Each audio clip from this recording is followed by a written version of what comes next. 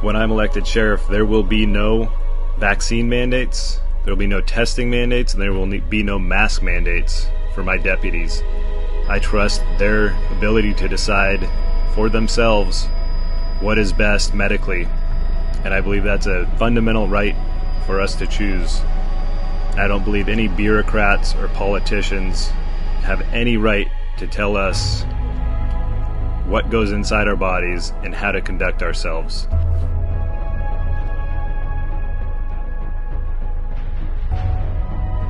I don't think I would have been willing to run for the sheriff's office if it hadn't been for what I saw happen with the COVID mandates. In law enforcement, we went from being on the front lines of riots and trying to protect our communities to all of a sudden, we were coerced into, COVID testing, in some departments, mandatory vaccinations, and it was just wrong on every level. We went through the pandemic and we didn't get to lock down. We didn't get to not go to calls. We had to continue doing our job with all the exposure. And what we realized was that it was our decision to take these risks, and it always has been a calculated risk in law enforcement. And all of a sudden our free will was taken away, and we were told, even though you have no symptoms and you're not sick, you have to be tested because the bureaucrats at the health department are recommending it. And it wasn't a law, and I would point out what the law was with respect to bodily autonomy and religious beliefs. And the answer was always, well, the public health department is giving this guidance and we will enforce that over the law. I believe all medical mandates are wrong. I believe we own our bodies as individuals, and it is our decision what goes inside our bodies. I believe our airway is our direct connection to life, and that no one has the right to restrict our breathing in any way whatsoever. And I believe we need to stand up, especially for our children, to protect them. I don't believe any government agency has the right to tell their employees that they have to be injected with anything at all, especially a vaccine with no long-term safety data that can't be removed if we find out later we don't want it.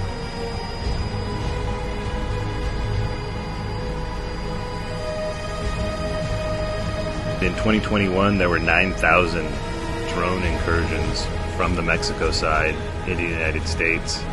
And these are drones operated by the cartels. And some of the time they'll drop fentanyl or other drugs on the U.S. side to be picked up and moved into the interior.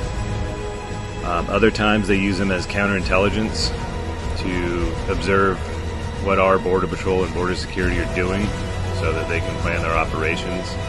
They're also used as decoys.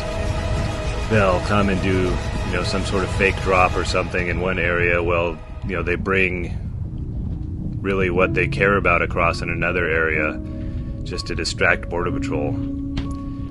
And 9,000, that's just documented, and that's absolutely unacceptable. Back in 2017, SB 54 was signed into law, went into effect in 2018. It essentially barred police and sheriffs from enforcing any kind of immigration law in California. And the result of that has been that law enforcement is reluctant to do any sort of enforcement on the border, even drug interdiction or anything that could be construed as them enforcing immigration law. And now we're seeing fentanyl overdoses are the leading cause of death in the United States for people from 18 to 45 years old. And this is fentanyl that's being manufactured in China and then moved by Mexican cartels across our southern border into our communities, and it's killing alarming numbers of people. And it appears this is a direct result of local law enforcement not wanting to do any enforcement on the border. We've just had the opportunity to land at Jacumba Airport down in southeast San Diego County. It's right along the border wall. we had the opportunity to walk up and inspect the border wall. And standing in front of it, it looks very secure. A tall metal wall with concertina wire across the top. It looks like any maximum security prison. And then we talked to a gentleman who lives here within sight of the border wall, and he was explaining that he routinely sees people jump the border wall, and they get right over that wire and come to the U.S. side and run in, never to be seen again most of the time. And he has a direct cell line to the Border Patrol commander, and they send agents out, he said, very quickly. But he said most of the time, the people who come in illegally are out of sight by the time they get there, and he really doesn't know if they ever catch them or not.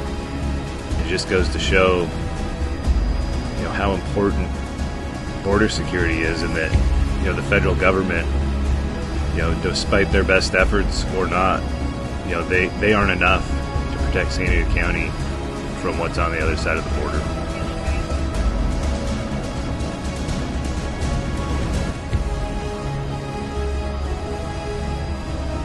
We're out here in the helicopter flying along the U.S.-Mexico border wall, just inspecting it and looking at really the security of the county right here.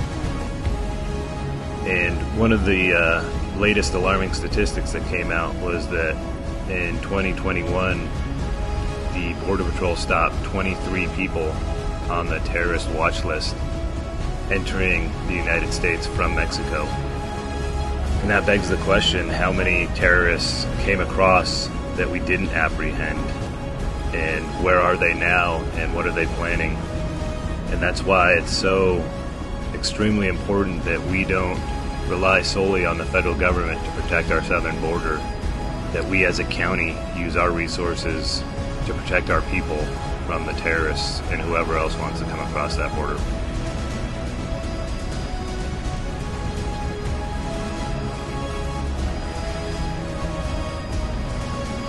We're now flying westbound over the San Ysidro port of entry from Mexico to the United States.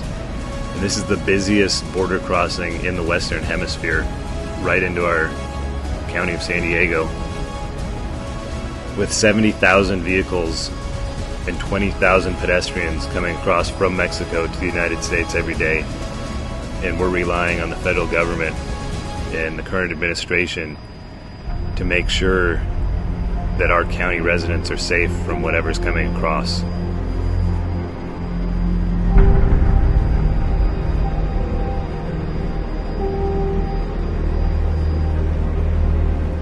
Since Biden took office, 2.5 million illegal aliens have come to the United States and stayed here. And that's only set to get worse. Biden administration rescinds Title 42, which is a public health order designed to expedite the expulsion of illegal border crossers. And on May 23rd, that will expire, and we have no idea how much more illegal immigration that's going to cause, but we do know that that's going to increase our problem. And being a border city, we are going to have to step up and do the job that the federal government is refusing to do, protect the people of San Diego County.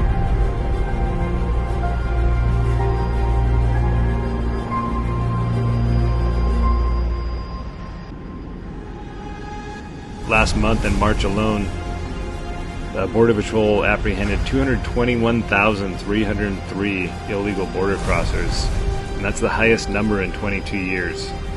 And that's also a 33% increase from February. And these aren't just families coming across for a better life.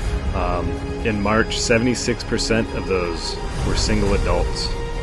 And we don't know what they're coming here to do or what they might have brought with them.